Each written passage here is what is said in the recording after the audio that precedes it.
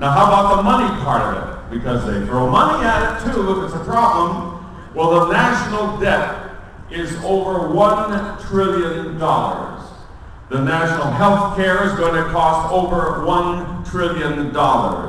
The total aggregate of all of our debts and expenses and special allocations over the next 10 years is maybe, some are estimated, as much as $14 trillion.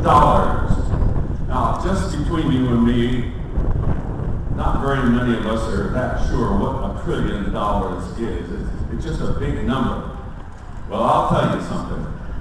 If you went into business at the time of Christ and you lost $1 million every single day, 7 days a week, from then until now, you would not have even reached $1 trillion.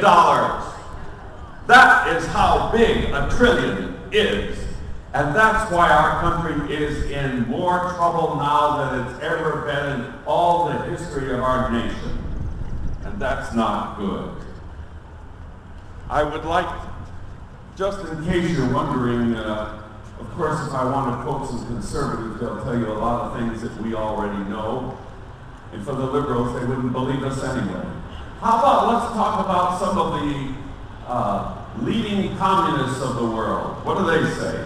The Venezuelan president, Hugo Chavez, I'm going to read this word for word. He says, Obama has just nationalized nothing more and nothing less than General Motors. Comrade Obama, Fidel, careful, or we are going to end up to his right. Now from Russia's Pravda, it's supposed to mean, in Russian that means truth, but believe me, it's anything but that most of the time. But now lately, they've been saying a few interesting things. This is a quote, direct quote from Pravda. The American descent into Marxism is happening at breathtaking speed against the backdrop of a passive, hapless people. If this keeps up, America at best will resemble the Weimar Republic, and at worst, Zimbabwe.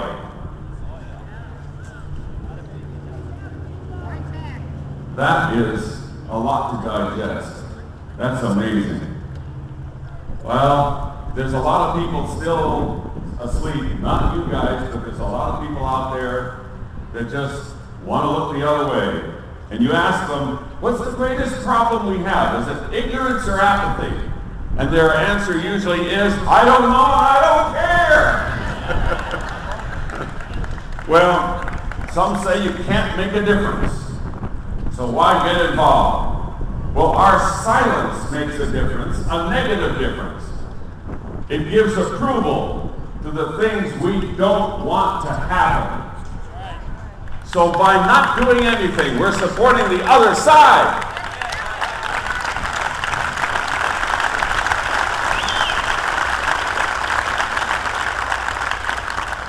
You know, we've got to learn how to become freedom fighters, apostolicize for liberty. We've got to spread the word. And what's actually happening is socialism has got to be explained for what it is. You know, most people don't understand what socialism is. You stop and think about it. Now that's the central control of the wealth. How do they do that? Well, I'll tell you, they can't do that unless you have a very large, overpowering government that can enforce that arrangement. That's the only way it's ever worked in all the history of the world. It has never worked any other way. In order to have central control of money, in order to run a socialist state, you have to have a very, very powerful central government. So you end up with a dictatorship. You can't help it. There's no other way for that to work. It's too bad. They're just going to have to find another idea, aren't they? Because it won't work for them.